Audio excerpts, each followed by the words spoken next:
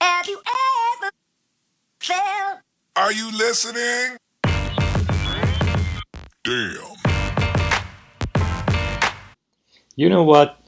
I have these days the same feeling that I had back in the days in January when we had a drop from like $17,000 per Bitcoin down to 9,000, and then I expected it to go up, and maybe it will be a new, like if it will be just a correction, then the new rise will lead us to new all-time high and whatever.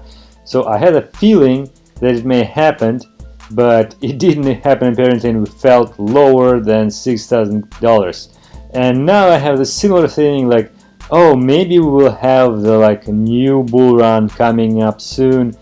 But since the feeling is the same as that time, I sort of suspect that it wouldn't happen. So let's see what I have except my gut feelings to base this consideration, and also some news, price of Bitcoin. As usual, you're watching a Crypto Hamster channel, guys. Let's go. Let's go.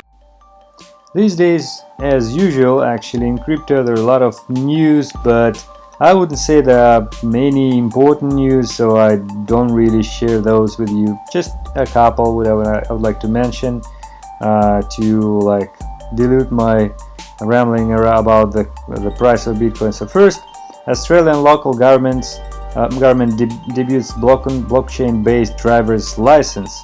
And the thing is, actually, they are looking to incorporate blockchain technology in driver license, but not really, like it will not happen tomorrow. It's not decided. They're just considering that.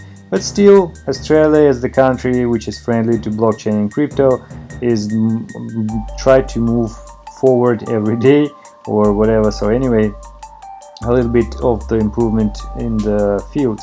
Another thing which I was going to mention is that basically yesterday's news, after I just made the update of the market, I've seen this: United States SEC suspends trading for 2 Swedish-based crypto ETNs. A little bit weird news, I would say. First, so I don't understand what's the period they picked, like from September 9th to September 20th. Why it is so? I don't understand. Those are actually quite long, old history ETNs, probably, I don't know, 15th year from, something like that.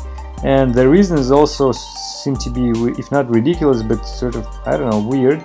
The SEC cited investor confusion as a primary reason for restricting investors' access to the products.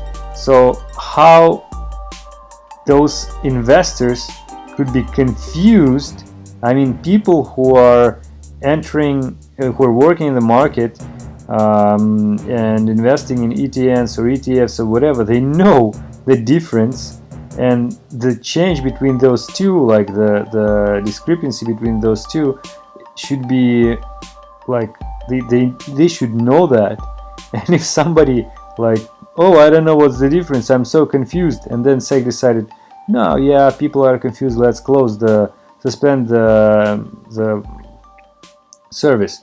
That's just ridiculous. Come on, people. So something is, I wouldn't say shady, but just very weird. And well, for those of you who don't know what is ETF and ETN, so ETFs basically a bit a similar thing. ETF, exchange traded funds. So they are sort of the part of the mutual fund which is used the asset for index it, but they usually have the asset backed with actual funds. So like if you have ETF contract, it is backed with the asset with the asset for which the contract is. Like if it's gold ETFs, then the company issuing the contract has the gold in their funds and so on. So the same with Bitcoin. And ETN is a bit different in the way that it's just based on the trust of the issuing authority. So there's no basically like physical or actual funds in Bitcoin or in other asset of which the ETN contract is.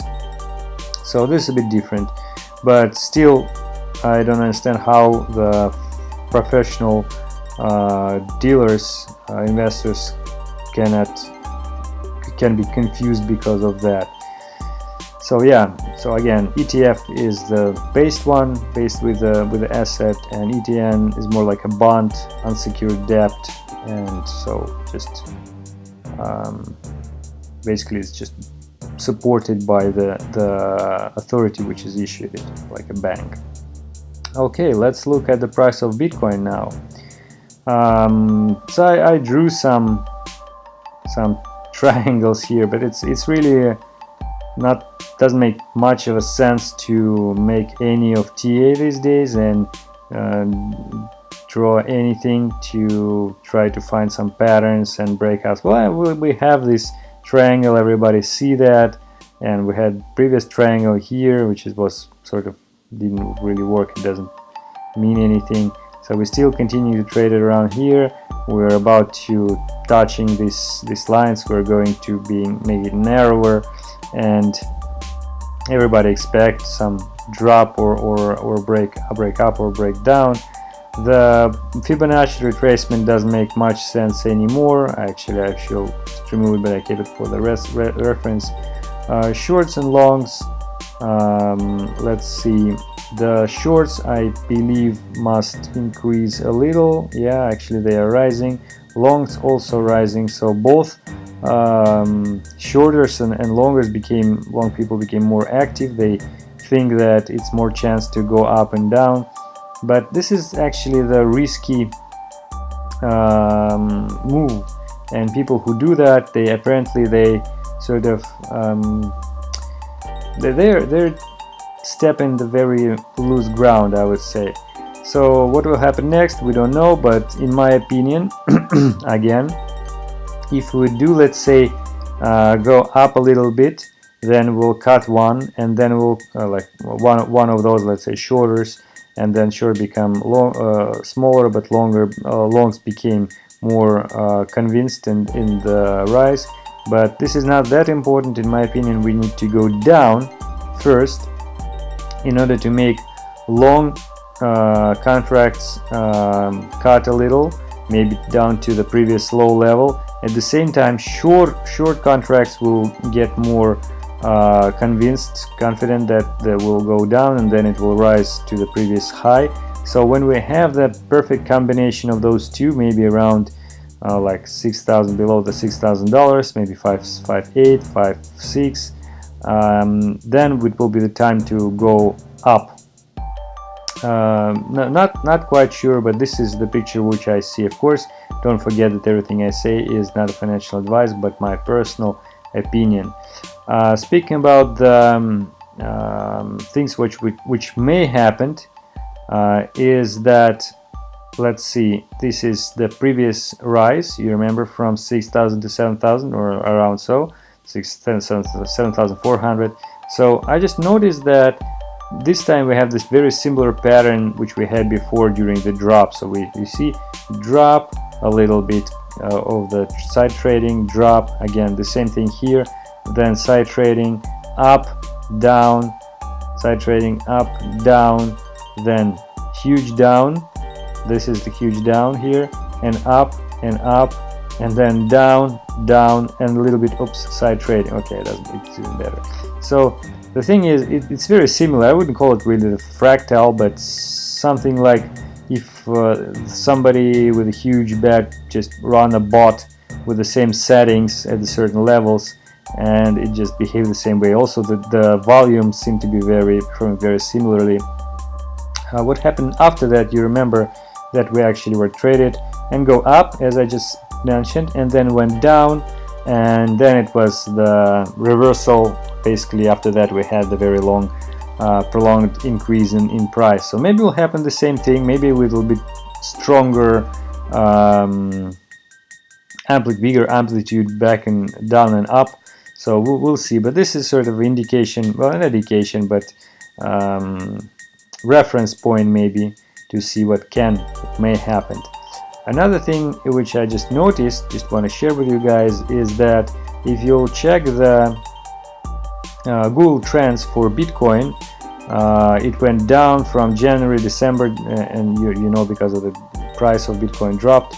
And this is a bit different search. It is Bitcoin to dollar, and actually recently it became higher than the few months period from March or something like that. So we're about to go up, and people like checking how much is it. Maybe it is an indicator of the beginning of the increased interest among the people who wanted to invest. So it would be interesting if this will even increase eventually with price change. So we'll see. Nice indicator. Always check this when you have a chance. Another thing which I was going to mention is Tether. Everybody are worrying that, oh, Tether may crush the market because there is no real dollars backing up Tether in their funds and everything. So when the real audit will come, then they will find out there's no Tether. Oh, what will happen? Then Bitcoin will crash and everything. Just interesting thought which I had. First, you know that the trading volume recently for Tether became higher than even the Ethereum. It probably, the last time when they were the same was June 25th, but gradually Tether volume, trading volume became higher and higher, but now it is in between, just maybe in the middle of between of Bitcoin and Ethereum.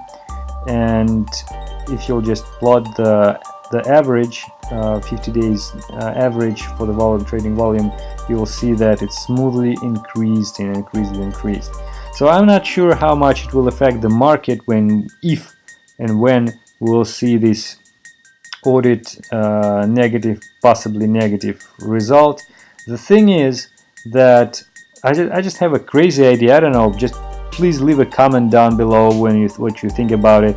But just imagine that it will be announced, okay, there was an audit of Tether and we found out that there's basically no funds in their account or something like that. So it will be, the trading will not be suspended, right? And probably it will not be suspended within few minutes or even hours, especially on the not high quality trading platforms like Binance, for example, but some other platforms. Then people will try to sell their tethers in order to get rid of these shady coins, which they don't know what happened with them. Will they be able to withdraw them eventually or something? So, but for what they will trade it? Maybe they will trade it for Bitcoin. Well, not maybe, but there's nothing else. Well, there are other coins, but nevertheless, they will trade it to some crypto. And crypto, then, it means that crypto will rise. And with considering the volume of the Tether, which is huge, which is within the first tenth, few $1 billion and everything, it will push the price much higher, price of the cryptocurrencies, which is seem to be very great. So I don't know, it's weird idea. Please let me know if the logic is broken here, but I'm really curious what you think, guys. So anyway, considering continuing trading sideways, when we had this price go up and down before, people were shaking out because of the huge big upswings, downswings of the price, but now we are also shaking out by just long sideways trading, because you're sort of exhausted, you're waiting for breakout, but you don't see it and say, okay, I probably will buy, or okay, I probably will sell. So when people don't have enough patience to wait until something will happen and they will be in a better position for a trade, then they usually do a mistake. And then as a critical mass of those mistakes is